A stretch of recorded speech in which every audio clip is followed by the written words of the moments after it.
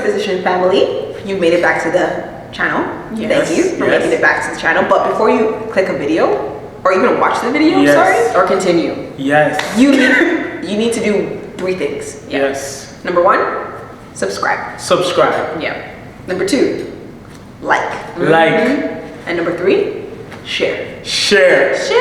Get us to 300 subscribers, guys. We're gonna pass 300 by the time. We have to. Facts. I like that. Yeah. But guys, please, this is our PA announcement. Yes. Yeah. So enjoy this. Sorry. Yes, PSA.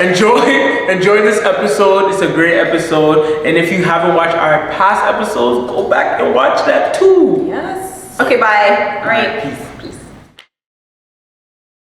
Welcome back to the Juxtaposition, where hearts are touched. Minds are open and souls are nourished. My name is Janet. My name is Nana.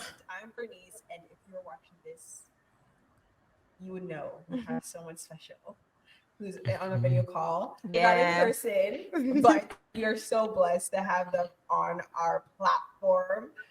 Do you want to do the introduction, or should I continue? Actually, Nana. Yeah, I'll continue. Well, today we have Dr. Sidjae Price. She's give her a round of applause.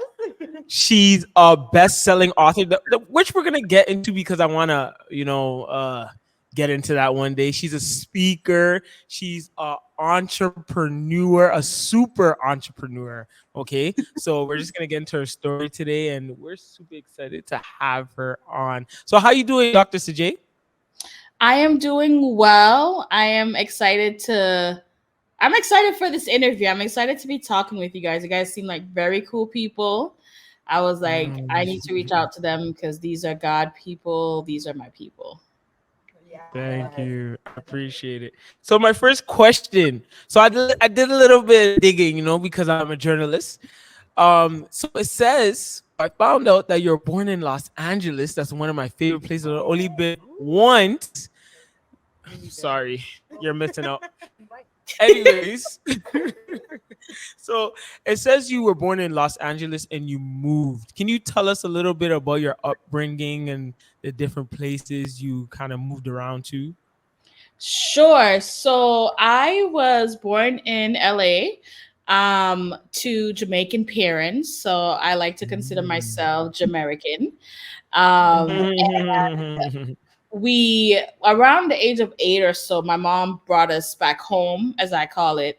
And I lived in Jamaica majority of my life before we came back to the US, and we ended up in New York and in Florida. And so I love both countries. I have a bigger love for Jamaica than I do. Of course. I love that you say that, because I discussed with my friends is that Americans, I feel like they don't know their culture. Their culture is hip hop, so on and so forth. But like, unfortunately, they don't know like where they're from. And as time goes on, they gotta like kind of realize that. So it's beautiful that you know where you're from and your roots and stuff like that. So that I like how you say that. Yes, I honestly, I love the Caribbean culture. I love the African culture. I found so much value in even researching and finding out where the different islands in the Caribbean, like where we're linked from, which different African countries we're linked from. I went on this big quest to find out where does so the Jamaican dialect is called Patois. And I wanted to know which one of the African countries speak Patois. Can I guess first? Go ahead, please do. So when I first seen her, I thought she was Nigerian. 110%. I'm like, oh, she's Nigerian. And then I was like, oh no, I see you from New York. I said, I'm like, she's Nigerian. Like 100% sure. Facial features of like, she's at least the western side. I know at least the western side, like either Sierra Leone or something like that. Like you're in there for sure. For sure. I gotta check. I love Nigeria, but I found out it was Gambia or Gambia. I'm hoping. Gambia. Oh, okay. So there is apparently like a tribe or something like that speaks the dialect. or that's one of the dialects, and they have like reggae music and dance hall music. And so I realized a lot of the Jamaican artists go over there to perform, and the people are singing the song as if they are Jamaicans. And I'm like, oh, that's because that's where the language is from. Wow. But now I need to know if there's any Nigerian tribes who speak Patois. No. A lot of it's like broken English, and like pidgin English. So yes. And sometimes like well, when I was in school, I would hear like some of my peers, like they were from different African countries, and some of their dialects, the words were easy to be picked up. Yeah, like it the more you're around the person, the more you'll be familiar with them. We grew up with some Jamaicans too as well. She had one friend when she was younger, or a childhood friend. Yeah. And her mother would be speaking so fast. Like, I kind of understand what you said, but I don't understand what you said, but I'm going to put it together and I think it makes sense. So I love, if I could, I would, that's a language. That's what is actually so cool. Like I when growing up with my friend, I'm like, I want to understand what she's saying. So I just continued to just listen and hang around. I'm like, I would pick up certain things. I'm like, okay. It's fast, but I love it. Just rolls off the tongue. It's so nice. I don't know about them, but I understand. I'm 5% Jamaican. I put that on myself because I grew around Jamaicans. So I'm 5%. It's okay, you guys. I've been there a couple of times. But to get back on track, you mentioned you're an entrepreneur. So how did your upbringing? How was your upbringing? Like, how was your household? Did you have 2-parent household? The reason I say that is like if someone becomes an entrepreneur, they're inspired by something or someone or a family member. Yeah, that's very, very true, right? Everyone always has that story. Growing up in a Jamaican household, it's when it comes to education, it's like a big thing. I think I would say a lot of African and Caribbean cultures, right? They're big on education, big on structure and learning. And so I think that contributed tremendously to my entrepreneurial efforts and getting involved. The journey to beginning entrepreneurship really started with my nonprofit, Speak Loud Incorporated.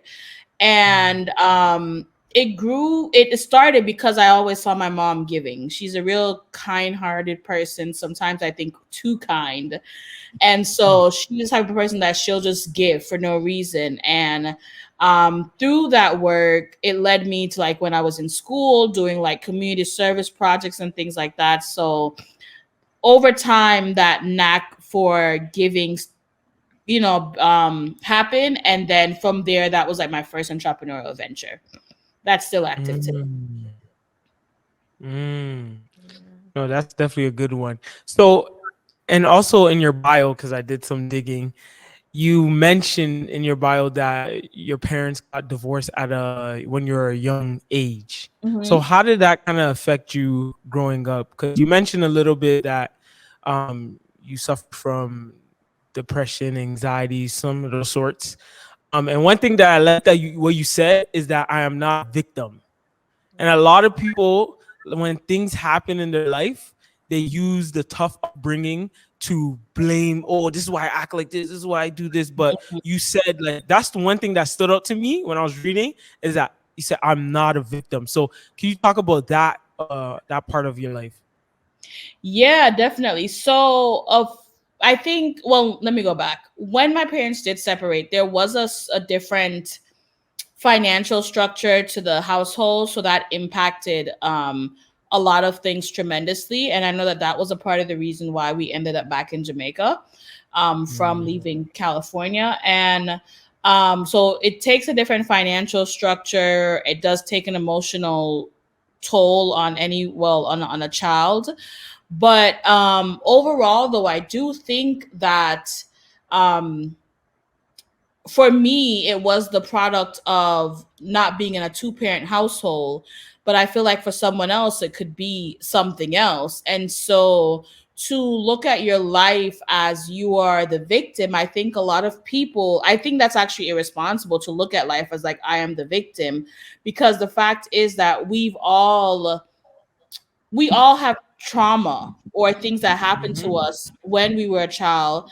And so if we consistently just stay still and focus on that, then you won't be productive. So I think that's how my mindset from looking at it as, oh, I'm a victim or anything like that, is able to be viewed differently. Because I'm like, okay, this happened. Now let's work through it, get over it, and move forward.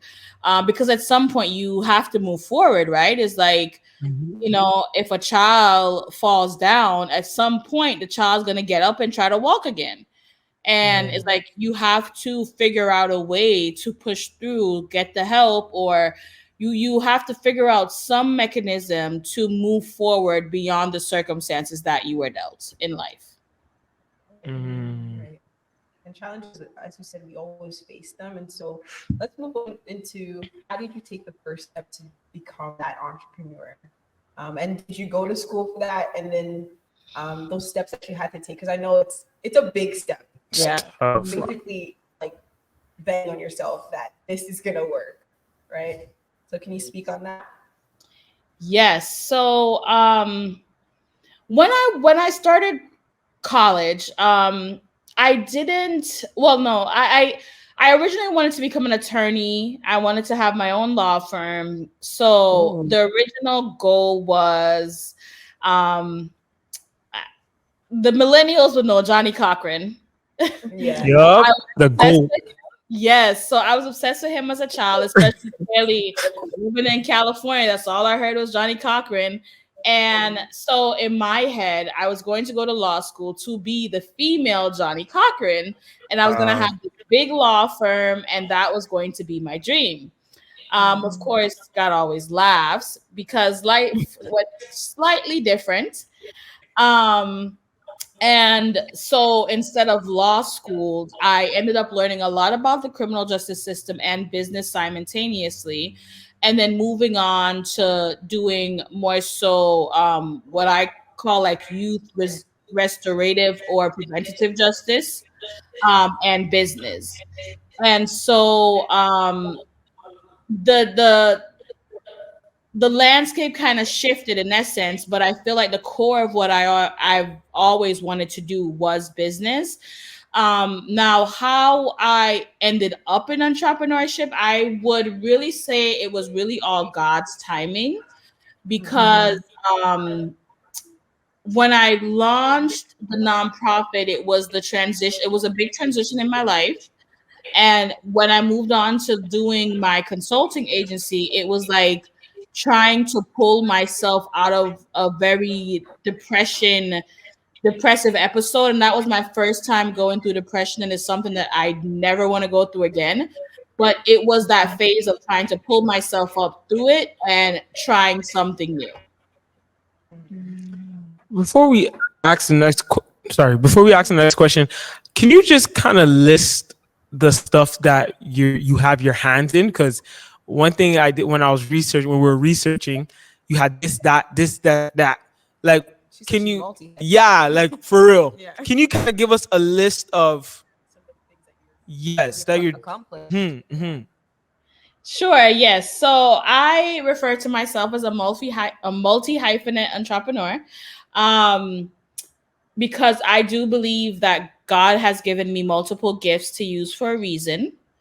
And so for me, most of them, I wouldn't say all, but most of them has landed in different entrepreneurial ventures. And so I have Speak Loud Incorporated, which is my nonprofit organization. I have Priceless Planning, which is my business consulting agency. Priceless Publishing, which is my book publishing company.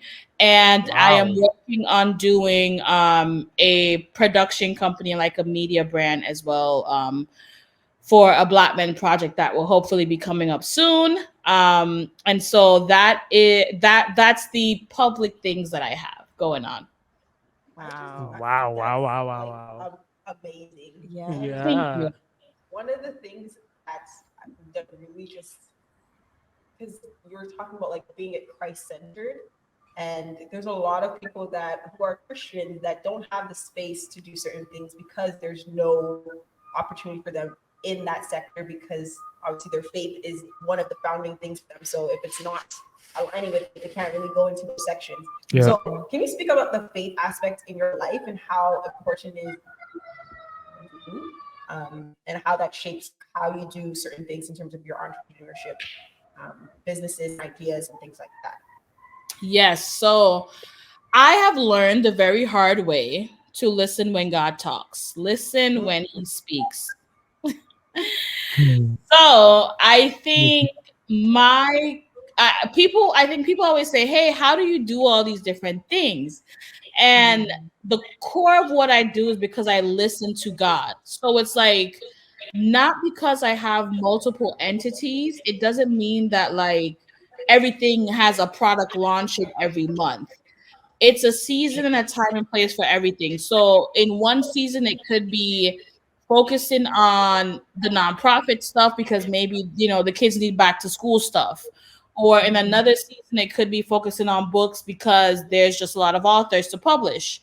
And so I listen to God as far as in like the areas that I'm supposed to be working on, and the and when.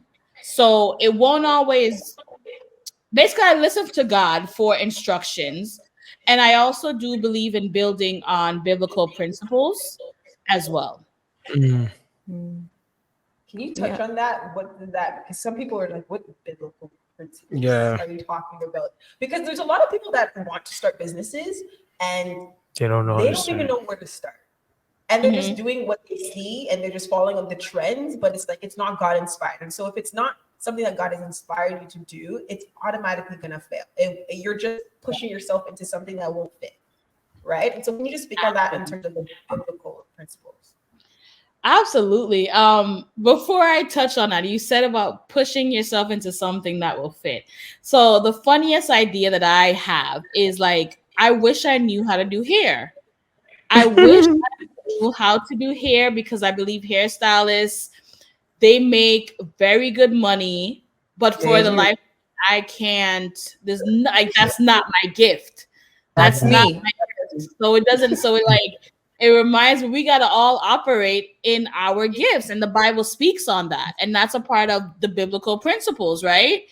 Operating in your gifts. It's in, I think it's Romans 8:32 or 34, but somewhere in Romans 8 about our gifts, using our gift for the body of Christ.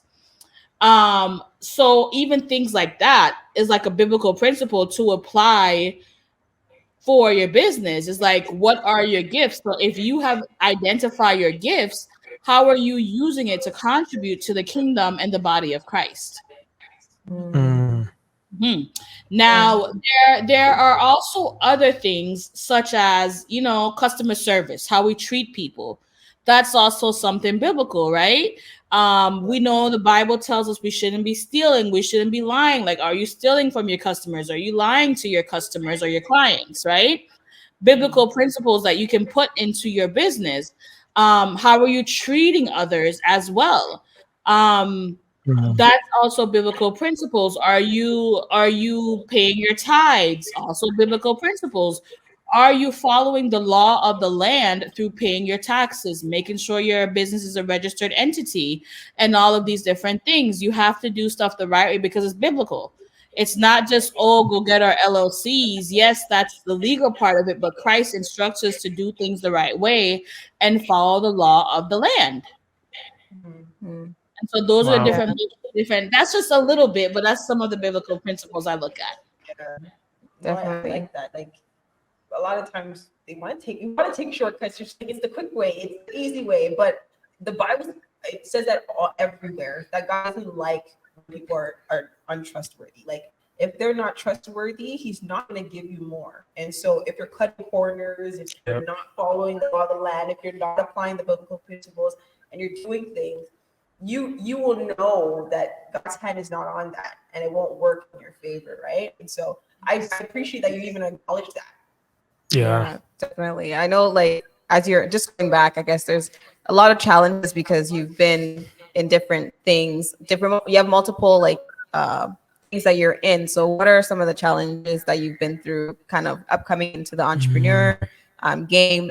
Anything maybe people wise that you've had challenges with, like interacting with people? Yeah, can you tell us about that? For sure.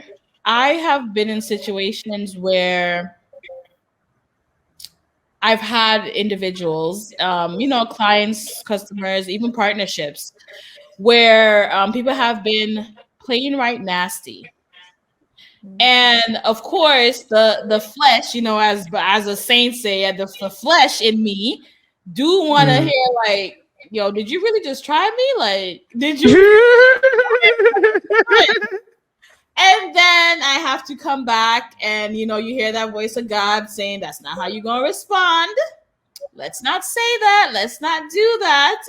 And so choosing to do the right thing. So sometimes it takes a little bit of intentionality to really pass those different tests that come our way, or even the test of saying no to clients who you're not supposed to work with, right?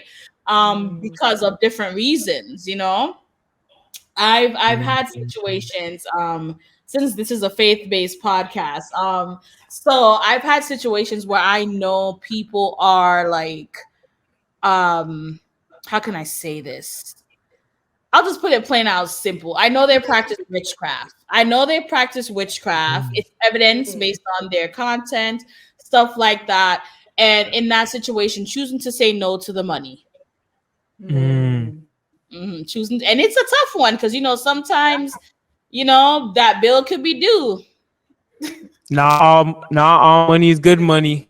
Exactly. And so it's figuring out those different things and those challenges of figuring out, okay, God, if I say no, I know you want me to say no, but how am I gonna meet payroll? I know you want me to say no, but the payment plan on the taxes is due. So let's, but those are some of the challenges that makes the walk with God for building a business a bit differently, because it's like you're learning to trust God, but it looks differently. Facts. I have a question. So can you talk about a little bit how you kind of progressed with entrepreneurship? Like, did you have a 9-to-5 and said, okay, I'm going to do this, I'm going to start my entrepreneurship? Or did you like start something and said, okay, but my 9-to-5, I'm not doing it anymore? Because a lot of people just quit the 9-to-5 and say, I'm going to become the hairstylist.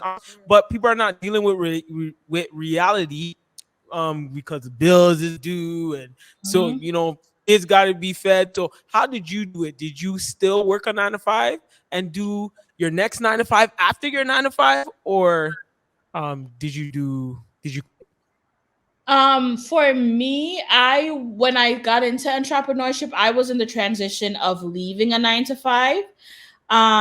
And when I, like a full-time, at least when I left, I still had a teaching, I was still like TAing, had a teacher assistant position, but in sacrificing the full-time 9-to-5, I did have to make some other sacrifices, like moving back in with mom, restructuring finances, looking at stuff differently, maybe not taking as many trips. But that sacrifice was there. And that's really how I got into entrepreneurship and was able to sustain it until I got to the point of where I could and can, thankfully, afford to pay myself a monthly salary. But I think the strategy for everyone could be different. Well, should be different, because it depends on what is God telling you to do. There are some people destination. That's a destination where a lot of people want to get to. So that's very encouraging to say. Yeah. It definitely it's the path. I think with social media, everyone is following their favorite person, right? And so their favorite person tells them this story of how they got up on faith and they quit their job and the next day they were a millionaire. right? But what if that's not the path that God wanted you to walk? And so you have to consider that in figuring out when you should leave your 9 to 5, because some of us, it may be where God wants you to keep the job and keep the business, or maybe he wants you to leave at a certain point. But that can only be determined through when you develop your relationship with God and you're able to discern and hear his voice clearly.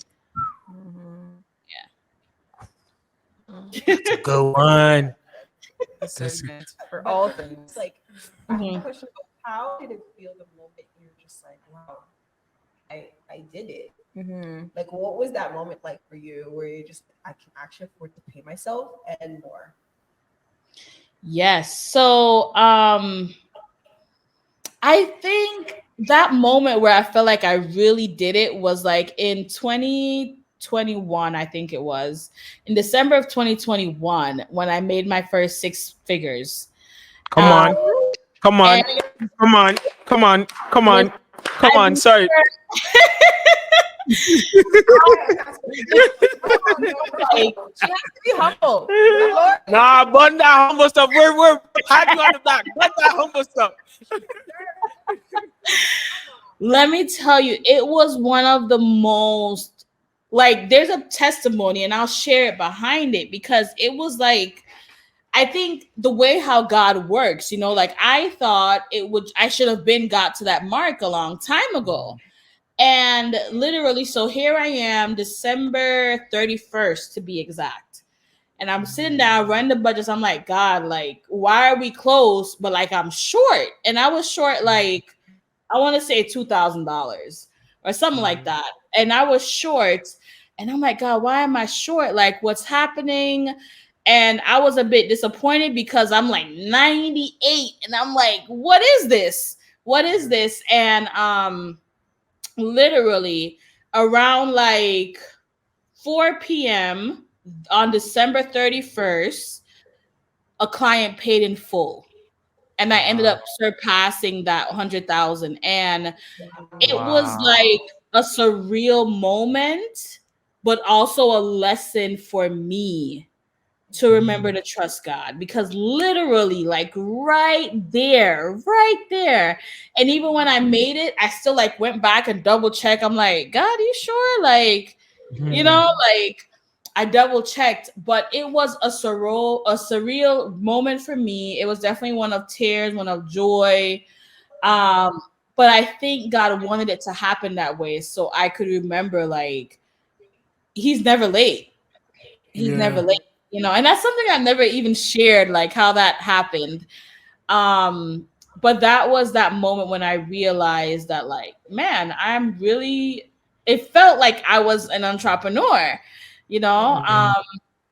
and then of course there's been other moments along the journey where I've looked and I'm like, okay, I have cash flow for a few months, or I can pay myself for a few months, or I could do this and still do that, or I can invest in this service or that service, or I can hire a new team member.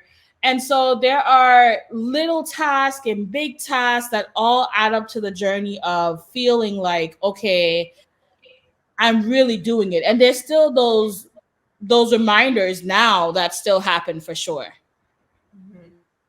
Yeah, he provides. He comes through. So Trust God. I feel like we're always kind of we're like, where's the next thing gonna come from? It's like God always says, you don't worry. The birds don't worry about what they're gonna eat the next day. So why you worry about what I'm gonna provide for you? So yeah, And that's paraphrasing, but yeah. Yes. No, it's true, because he does provide.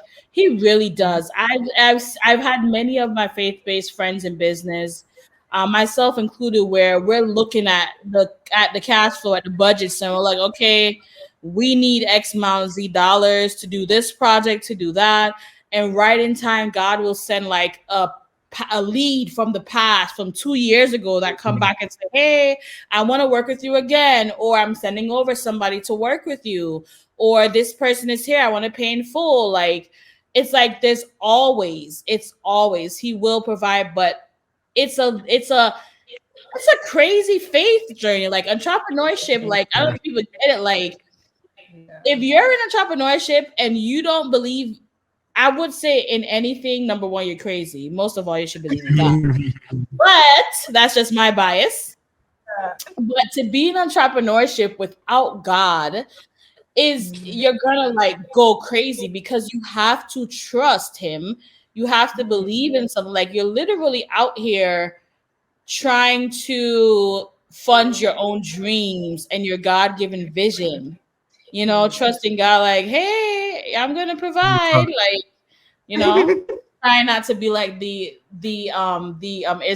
Israelites trying to trust on the first go. Yeah. Yeah. How do you stay in a position where you're constantly like informed or inspired other than God? Like what do you listen to? Who do you kind of study? Who are your inspirations to kind of keep you just going? Yes. So who are my inspirations? And I have been trying to read more books, find time to read more books. I try to disconnect from social media. Believe it or not, I have timers on every social media app that I have on my phone. And my phone goes on it goes on a timer thing that logs I see the guiltiness that like logs me out of all the social media stuff at a certain time. Because it allows for me to go find something else to do, like go read something, go find something else to do. And then most of all, I try to subscribe to like podcasts and YouTube channels that's going to teach me.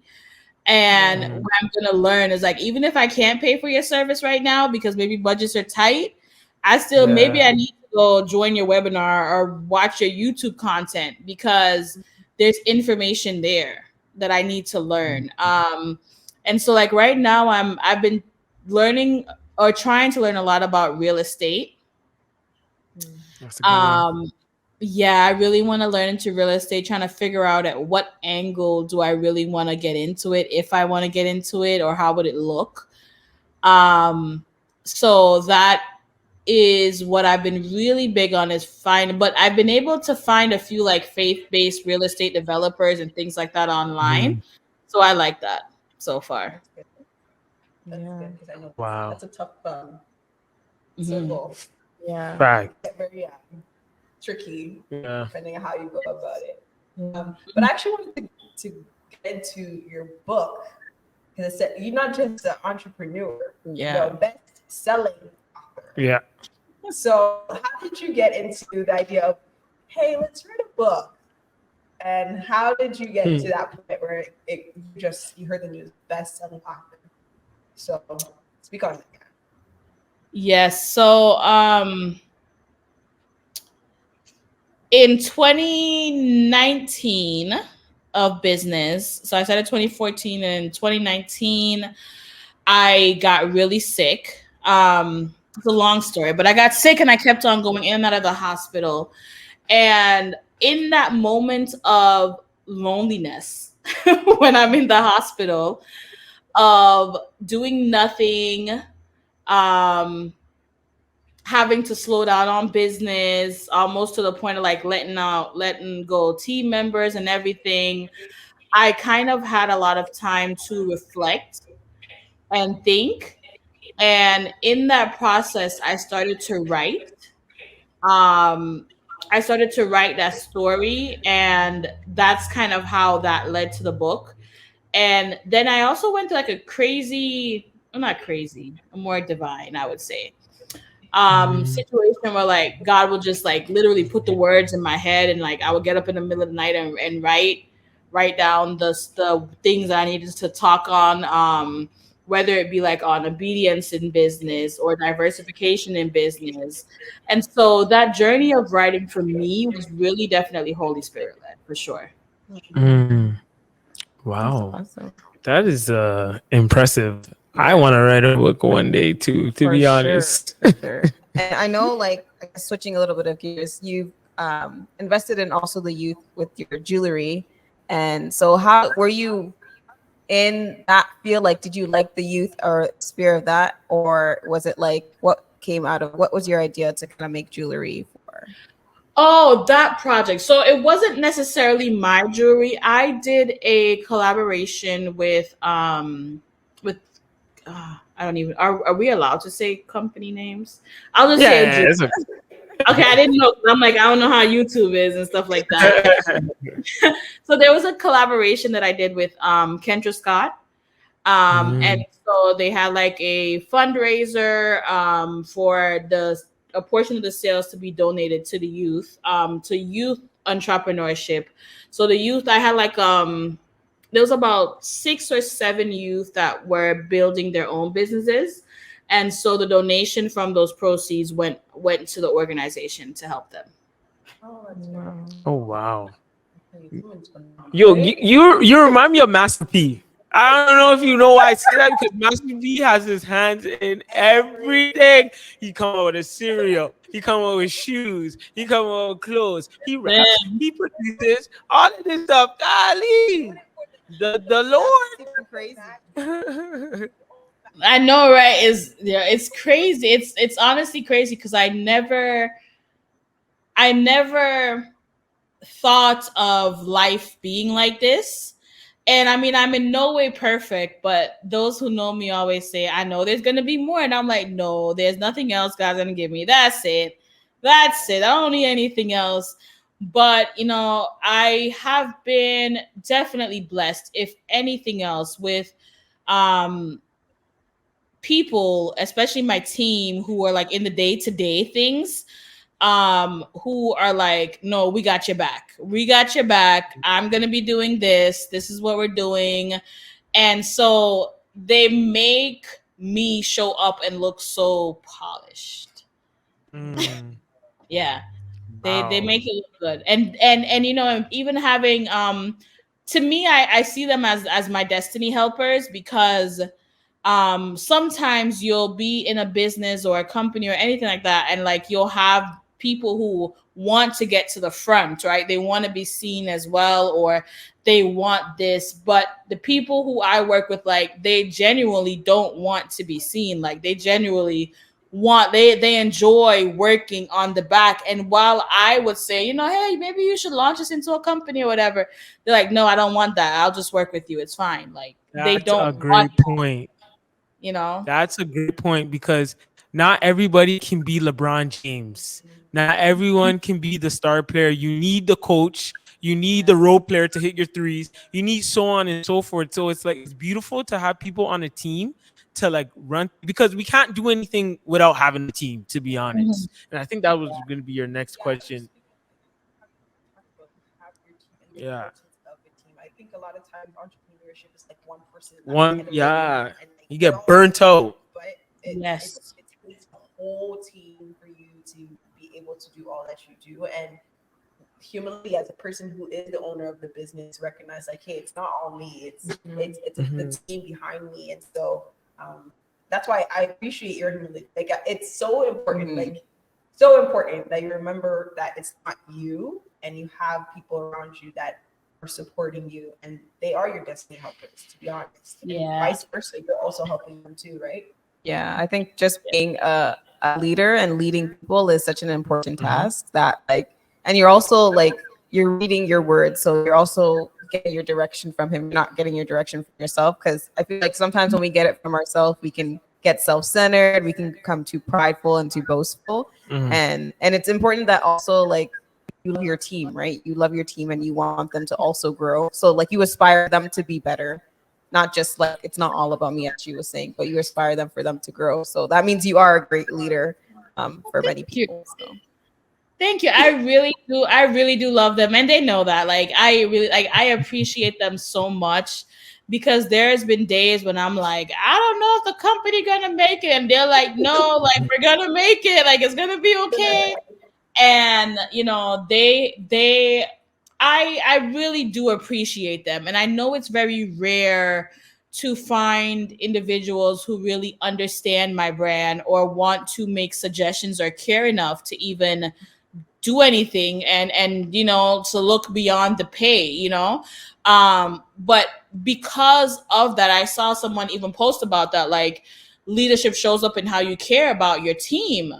And I remember last year when the inflation started hitting and cereal hit like $8 for no reason. And I started to realize, I'm like, okay, if I need to be paid more money, like my salary needs to be more, that means they also need to be paid more money as well too. And so I figured out an increase plan on how we would increase every 3 months to get to their, well, they didn't ask me, but to get to a desired hourly rate. Not because I had it or I'm rich, but because it's the right thing to do. You know, and it was like, even if that meant that I was going to have to take a little temporarily cut, they still need it. Like, why is, like, in this economy, no entrepreneur, like, we shouldn't have anybody working for us for $8 an hour. Like, that's not acceptable.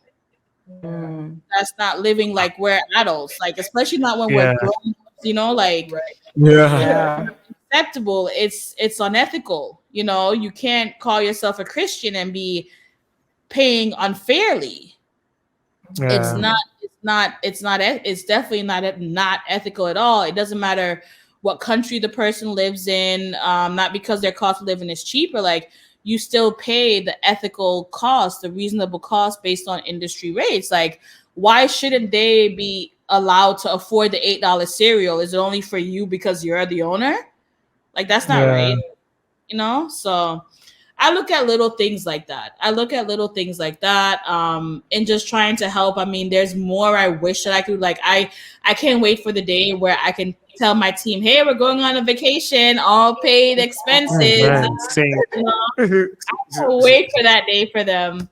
But for now, we chill. It will come. But how do they see it? And the beautiful thing is, like, you're shining the light of God everywhere that you go. And those small little things, it does impact those people. And I'm influenced now. I'm like, everything I do now, I can take what you said and go in with that, and everything I do, just making sure you treat people right. Yeah. And the way that Jesus would treat those people as well, and how we want you to treat them with love. And so the little things that you do, the sacrifices that you make, they all impact the kingdom, right? Yeah. And so thank you. Thank you for pouring into people as you're poured into, but of course, don't let your jar be empty. So fill yourself, self-care, make sure you're always filled. Yeah, what do you do for what do you do to self-care? Because I know you're busy. When's your rest time? Yeah, what do you do to take a break or just to chill out? Or... I know you watch Love is Blind. It's okay. Me too. That is my show. So yeah, the self-care part is so important because I refuse to be in any depressive episode again. I refuse to be burnt out. I never want to get back there. So I take weekends off. Weekends I am always off for sure.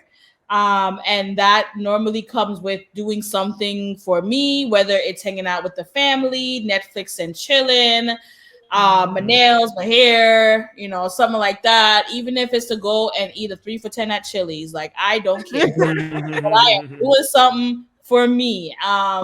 You know, and so that's big for my self-care, is to making sure I take the weekend off. Also, I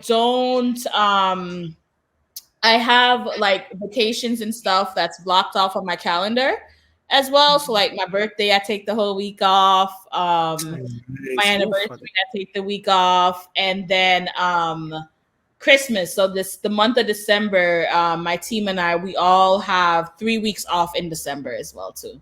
Wow. I try to do that for them. That's like, you know, I can't give them the vacation yet, but I was like, okay, let's take 3 weeks. I aim for the month, but somehow so far it's always end up being 3 weeks. And so they get 3 weeks time off where, like, get out, just go do what you're going to do. You're going to get paid. Don't worry about anything. So we knock out everything before the 30th and everybody go have fun with their families. Oh, that's amazing. We need more entrepreneurs. Can we join you like that? That's how we should be living. Yeah, it's a nice thing to do. Listen, I know when I was at my 9 to 5, I hated working like Christmas and just feeling like that, and I didn't like that. So I'm like, I don't want to be that type of person to do that as well to other people. Like, it's no way. It's no way we stressing about emails on Christmas Eve. We're not doing that over here. Facts. Right? Yes. Turn it off. Yes. Turn it Yeah, off. like, let's go watch the little holiday movies. We're not doing this. Yeah. Well, to close it off, now, do you have rapid questions for her? Right. Well, the audience doesn't know. I asked her a couple questions before. So can you just tell them once again your top 3 Jamaican dishes? Yes, listen, I'm gonna tell y'all what y'all should try. So my favorite is the salt mackerel with banana, yam, and boiled dumplings. Look up salt mackerel, guys. It's a fish. Or if there's a Jamaican restaurant, ask them if they have salt mackerel. And then green banana. It's called banana porridge, but it's green bananas. So banana and oatmeal porridge. Love that. And then the third one. What was my third one? I forgot what the third one was. I can't remember, but I know I remember the third, but I know those 2 for sure: the salt mackerel and the banana porridge for sure. Okay, give me your top. What is your top 3 cities or countries you ever visited to? I like Mexico. Okay. I love the Bahamas. Love the Bahamas. And it's nice. It is nice for sure. And I shouldn't say Jamaica because that's bias. So I am going to give you guys Cuba. Cuba. Interesting. Yeah. Wow. I would not have thought of that. Did you have some good food there? Yeah. It's always the backlash. In Cuba? Yeah. I like the people. The people were nice. It's beautiful though. That's all that matters. Yes, that it is. That it is for sure. And my last one, your top 3 entrepreneurs ever. Ooh. I love right now I'm really loving Tiffany Montgomery. I think she's an amazing entrepreneur. Her name is Ashley Fox. She's in real estate. I love her as well. And I also like Nicole Walters as well too. Nicole Walters. All women. Okay. Happy Women's Month. Oh my God, I'm so sorry. That was intentional. That was not intentional. They just inspire you, but we really do appreciate. Yeah, we appreciate this. Before we close off, where can they find you? Because I know she's everywhere. Where can they not find you? Where can they not find you, right? Where can they find you? And if they want to look up about you, your business, The companies. books, companies. So I am on Instagram, TikTok, Threads, all under Dr. Sidjae Price. And then from there, I'm almost certain, knowing me, I'm pretty structured. So you'll see all the links in the bios and all that good stuff. But once you go to Dr. Sidjae Price, you'll be able to find me online. So that's where I am. I love that. So please, if you're listening, watching, go and do that. Yes. I have so much wisdom already because just based on the conversation, I was like, Yeah. a lot So that she has many. to offer. And she's for the kingdom, so we are for the kingdom. So let's all ride for the kingdom. Yes. Yeah. That's the goal. We right? appreciate you for taking this interview and giving us a little podcast a chance. No, same thing. Is it the same time? Same time, right? Yep. Yeah. Yeah, it's New York. I was thinking it's like Nah. Times. Yeah. At least it's a different time zone. Well, that is all for us. We appreciate you so much, Dr. Yes. Sidjae Price. And And if you're listening, you know what you need to do. Yes. Just do it. I'm not even gonna ask anymore. I'm just Yes. gonna tell you, just do it. Yeah, to 300 subscribers by the end of the day. Also follow her as well and get all the information. And so that is it. We love you guys, and we'll see you guys on the next one. Bye. Peace. Bye.